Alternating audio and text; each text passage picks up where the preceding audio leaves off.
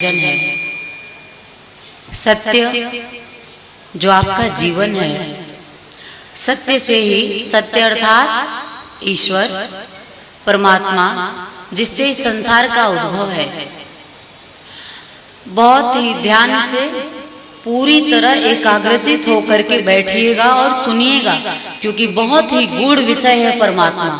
विषय तो है ही नहीं, लेकिन फिर भी समझाने के लिए विषय कहना पड़ रहा है। परमात्मा से आप सबका उद्भव है, पर जिस परमात्मा से आपका उद्भव है उसके बारे में अभी आपको कोई ज्ञान नहीं है। मैं ऐसा नहीं कह रही हूं कि मैंने उसको संपूर्णता के साथ जान लिया। जब ब्रह्मा विष्णु महेश भी उस परमात्मा को पूरी तरह से नहीं जान पाते हैं, ऐसा कहा जाता है कि इनसे इनका उद्भव है और ये संसार का पालन पोषण करते हैं, संसार निर्मित करता है ब्रह्मा जी के द्वारा। वो ब्रह्म ऐसा माना जाता है हिंदू धर्म में कि विष्णु के द्वारा पालन करता है और शिव के द्वारा संहार करता है। संहार क्या? सृष्टि की संरचना उसने स्वयं की है, और जब भी आप कुछ बनाते हो, जब स्वयं निर्मित करते हो, तो उसे बहुत ही सजो करके बड़ी ही अच्छे से रखते हो, क्योंकि वो आपकी पूंजी होती है, आपसे उसका एक भाव जुड़ा होता है। ऐसे ही परमात्मा का आपसे कुछ भाव जुड़ा है, इस पूरे संसार से, इस जगत से। ब्रह्मवाणी में वो कहते हैं कि कुछ मुझे कहते हैं कि तू आराम कर और मैं अपने द्वारा बसाए इस बगिया को निहारता हूं। परमात्मा हर पल आपको निहार रहा है। आपको ऐसा लग सकता है कि आप कुछ भी जब कुछ करते हो तो परमात्मा क्या, कोई भी आपको देख नहीं रहा है। पर सत्य ये है, आप परमात्मा को देख सको न देख सको, पर परमात्मा हर एक क्षण में आपको देखता रहता है कि आप क्या कर रहे हो। और एक चीज ध्यान रखना, आपके जीवन के कर्म और भाव जो होते हैं उसके ही द्वारा आपका भविष्य निर्मित होता रहता है।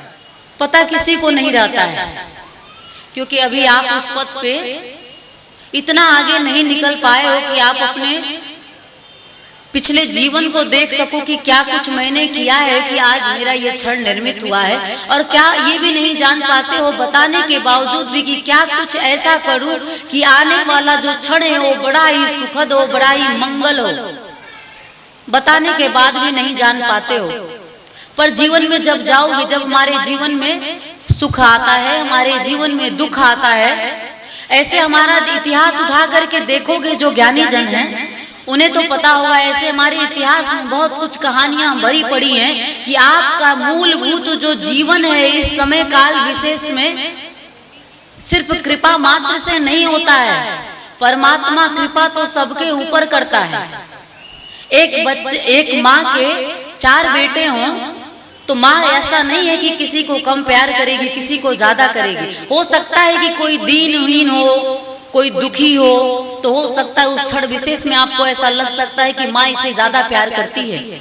पर सच ये है कि चारों के लिए उसके पुत्र हैं, तो सबके लिए उसके हृदय में भावना एक जैसी रहती है। जो बीमार है वो स्वस्थ हो जाए तो उसके लिए भावना कम हो जाएगी, और जो स्वस्थ बीमार हो जाए तो वही भावना फिर वहां प्रकट होती है। इसका अर्थ ये है, मैं समझाना ये चाहती हूँ कि वो जो परमात्मा है उसकी कृपा संसार के हर एक जीव, सिर्फ मनुष्य मात्र नहीं, संसार के हर एक जीव पर बराबर की होती है। लेकिन मनुष्य के कर्म भाव, उसकी भक्ति उसके जीवन में कारण बनता है। मेरे भी जन्म हुए हैं कभी के, कितनी बार मैंने भी जन्म लिया है, कितनी बार वो परमात्मा मेरा साथी बना है, और हर बार हृदय की मांग परमात्मा रही है। इसलिए ये क्षण आया है, और फिर हृदय की मांग क्या उठती है? आपके हृदय की मांग कुछ और उठती होगी। मेरी मांग हर बार यही उठती है कि मुझे सिर्फ तू चाहिए, हर रूप में तू चाहिए, संसार में भी तू चाहिए, सार में भी सिर्फ तू और तू ही चाहिए। तो ये क्या हुआ? ये मेरी भावना मेरे जीवन का क्षण निर्मित कर रही है, मेरे सुखद क्षण, निर्मित होता है मेरी इन भावनाओं से, ऐसे ही आपको भी अपने शुभ भावनाओं में जाना चाहिए, आपको भी अपने अच्छे कर्मों में जाना चाहिए। जब जब कहते हो कि सत्कर्म क्यों करूं, अपना धन क्यों लगाऊं मैं सत्कर्म में, इसलिए लगाओ कि तुम जीवन में सुखी होना चाहते हो, इसलिए लगाओ क्योंकि सत्य कर्म सिंचित करना है, आपको अच्छे कर्मों को इकट्ठा करना है, एकत्रित करना है, उसी से आपके जीवन में भाग्योदय होगा, उसी से आपके जीवन की प्रगति होगी।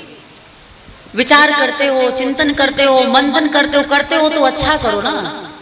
और ये बात विश्वास रखना कि कर्म और भाव पे आपका जीवन, कोई व्यक्ति होता है अपने जीवन में असहाय दुख भोगता रहता है और तुम चाहते हो कि उसके जीवन की पीड़ा में हर नहीं पाते हो, अपने सगे होते हुए, अपने संबंधी होते हुए भी आप उसके जीवन की तनिक सा भी पीड़ा हर नहीं पाते हो, क्योंकि उस जीव ने जो कुछ भी कर्म किया है वो अकेले का भागीदार है और अकेले ही भोग करके इस संसार से मुक्त होगा। एक बात जान लेना, माता पिता निष्ठुर नहीं होते हैं। आपको लगता है सबसे, मैं जो एहसास करती हूँ इस संसार में सबसे ज्यादा कोई दयालु होता है तो परमात्मा, और सबसे ज्यादा कोई निष्ठुर होता है तो परमात्मा।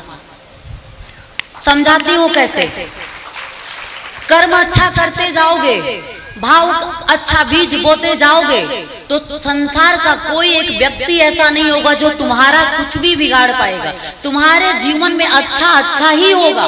और अगर तुमने बुरा कर्म किया, और किसी से मत डरो, उससे तो डरो, तो बुरे कर्म करोगे, बुरे भाव के बीज जब बोओगे तो वो परमात्मा इतना निष्ठुर है कि तुम्हें वो कभी भी माफ नहीं करेगा।